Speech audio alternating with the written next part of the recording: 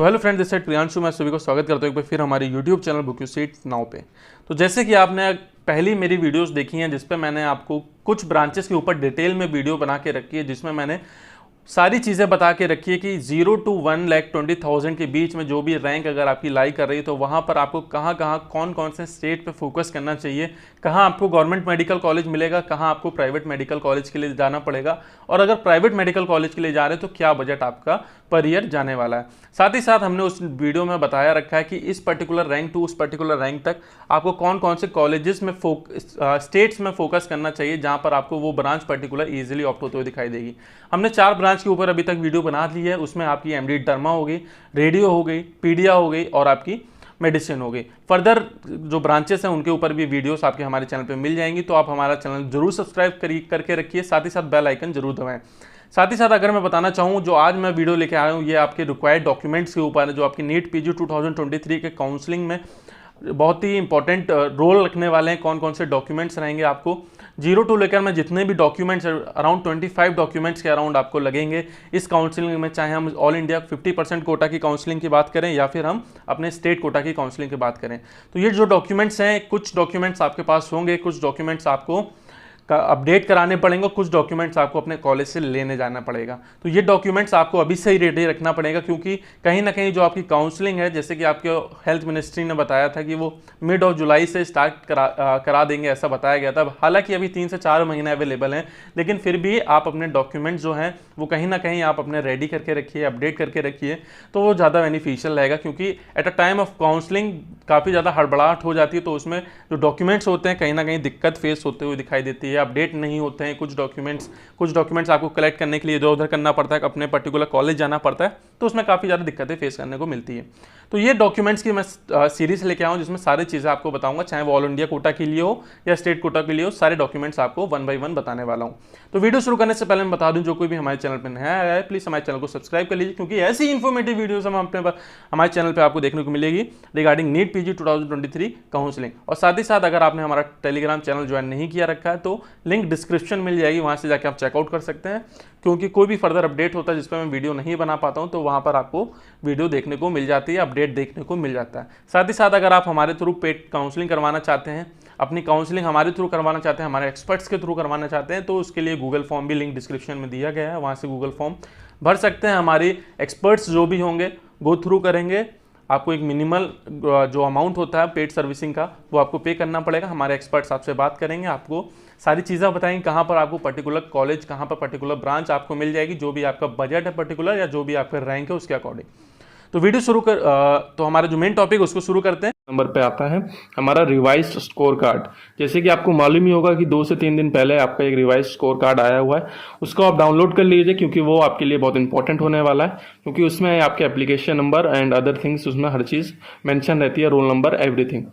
तो वो होगा। दूसरे नंबर पे हमारा एडमिट कार्ड आता है। जब आपने फॉर्म फिल किया होगा तो आपको एग्जाम देने से पहले आपका एडमिट कार्ड आया होगा, वो आपको रखना ज़रूरी है, मैंडेटरी है। तीसरे नंबर पे अगर हम बात करते हैं, थर्ड नंबर पे हमारी एमबीबीएस डिग्री सर्टिफिकेट, जो आपने एमबीबीएस किया रखा है उसका एक डिग्री सर्टिफिकेट आपको लेना ज़रूरी है। देन इसके बाद MBBS passing certificate. Then fifth number पे हमारा आता है एमबीबीएस मार्कशीट, 1 by 1 जितनी मार्कशीट है आपकी 5 साल की, सारी मार्कशीट आपको अपने पास कैरी ऑन रखनी है, कैरी करनी है।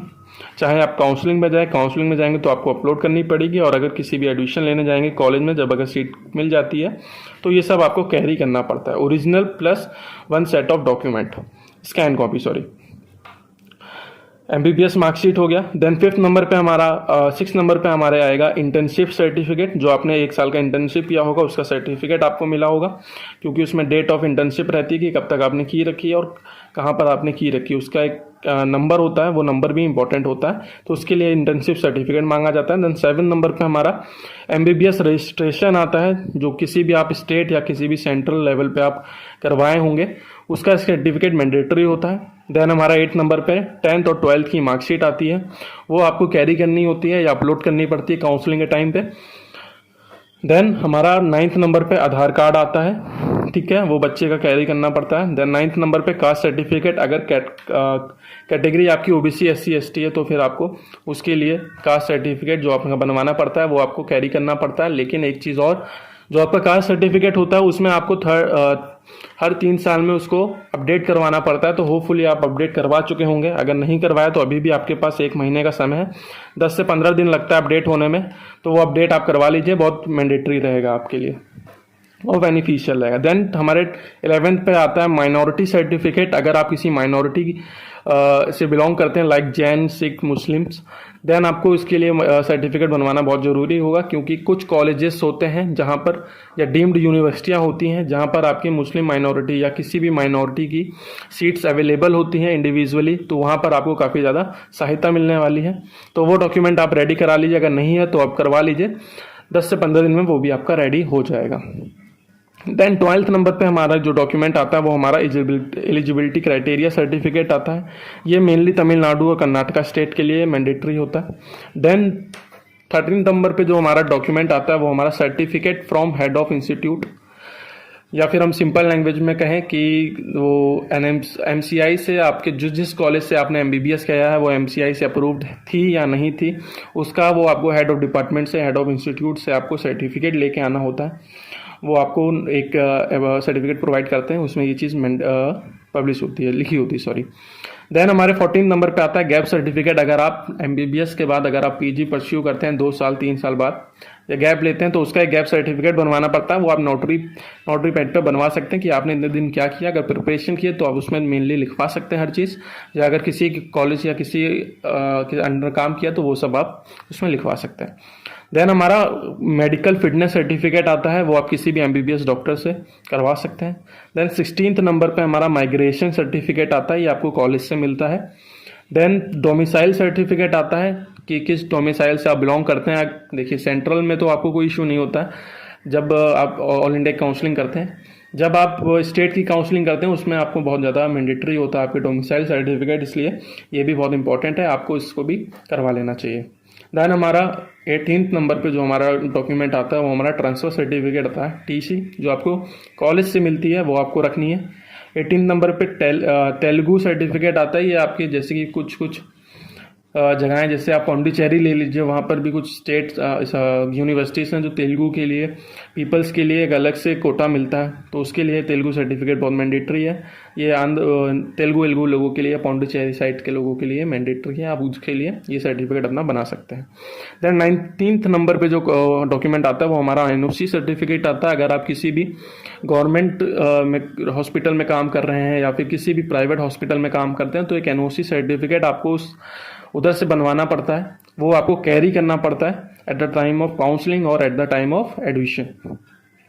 देन 21th नंबर पे जो हमारा आता है वो पैन कार्ड आता है, जो कि आपको फोटो कॉपी या कॉपी आपको ओरिजिनल लेकर चलनी है जब आपकी काउंसलिंग होती है या फिर आपके जब एडमिशन होता है। काउंसलिंग में तो आपको अपलोड होता है, मेनली आपको उसमें लेके रखनी है, जिसमें आपके कैंडिडेट की पैन कार्ड और आपका पेरेंट का पैन कार्ड आपको लेके रखना होता है। देन आपका 22 पे डिसेबिलिटी सर्टिफिकेट आता है, अगर आप डिसेबल हैं तो उसके लिए आपको रखना पड़ेगा। देन 22 नंबर पे 23 पे आपका कैरेक्टर सर्टिफिकेट आता है, जो कि आपको कॉलेज से मिलता है। देन हमारा FMG certificate issued by NBA आता है, जैसे कि अगर आप बाहर से, अब्रॉड से अगर आपने MBBS परस्यू किया है तो उसके बाद आपको यहाँ पर इंडिया में पासिंग के लिए FMG एग्ज़ाम आपने दिया होगा, तो उसके लिए जो आपको सर्टिफिकेट जो अलॉट हुआ जाता है NBA के द्वारा, इशूड होता है, वो आपको कैरी करना है, original plus 1 copy. Then 24th number पे या आखिरी पे हमारे पास आता है, फिर 25th पे पासपोर्ट साइज फोटोग्राफ, वो आपको लेके रखनी है। और प्लस जब आप एडमिशन के लिए जाते हैं तो इन सब की एक कॉपी, मतलब एक कॉपी जीरोक्स कॉपी आपको लेके कॉलेज पहुंचना होता है, प्लस ओरिजिनल डॉक्यूमेंट के साथ। तो ये सारे डॉक्यूमेंट्स आपको रेडी करने पड़ेंगे। जैसे ही आपकी काउंसलिंग स्टार्ट होगी तो इन सारे डॉक्यूमेंट्स की ज़रूरत पड़ेगी। जैसे आपको सीट मिलती है या जैसे ही आपकी काउंसलिंग स्टार्ट होती है तो ये सब चीज़ें आपको अपलोड करनी पड़ती है। तो होपली ये वीडियो काफ़ी इन्फॉर्मेटिव रही होगी आपके लिए। तो प्लीज़ आप इसे लाइक करिए, शेयर करिए, हमारे चैनल को सब्सक्राइब करना ना भूलें, क्योंकि ऐसी इन्फॉर्मेटिव वीडियोस हम आपके पास लाते रहते हैं। और अगर आपको कुछ और अदर इन्फॉर्मेशन चाहिए रिगार्डिंग NRI सीट्स के लिए कि उसमें कौन कौन से एक्स्ट्रा डॉक्यूमेंट्स लगते हैं इन सब के अलावा, तो आप नीचे कमेंट सेक्शन में बता सकते हैं, हम कमेंट कर सकते हैं, हम उस पर भी आपके पास एक वीडियो ले आएंगे, वो भी होपफुली आपको काफ़ी इन्फॉर्मेटिव रहेगी। तो आज की इस वीडियो में बस इतना ही, अलविदा लेना चाहूँगा। धन्यवाद।